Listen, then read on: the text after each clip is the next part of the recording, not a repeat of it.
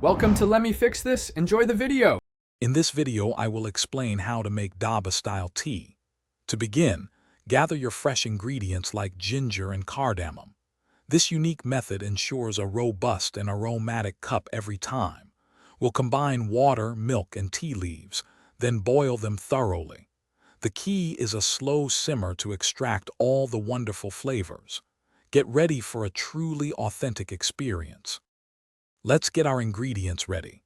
You'll need about 1 inch of fresh ginger and 3 to 4 green cardamom pods. Make sure to crush them well to release their full aroma.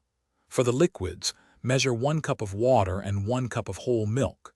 Finally, add 2 teaspoons of sugar, but feel free to adjust that to your liking. Now for the crucial boiling process. Start by bringing 1 cup of water to a boil in a small saucepan. Once it's boiling, add your crushed ginger and cardamom to let those flavors infuse. Next, stir in 2 teaspoons of black tea leaves and 2 teaspoons of sugar. Finally, pour in 1 cup of milk and let it simmer gently for 3 to 5 minutes.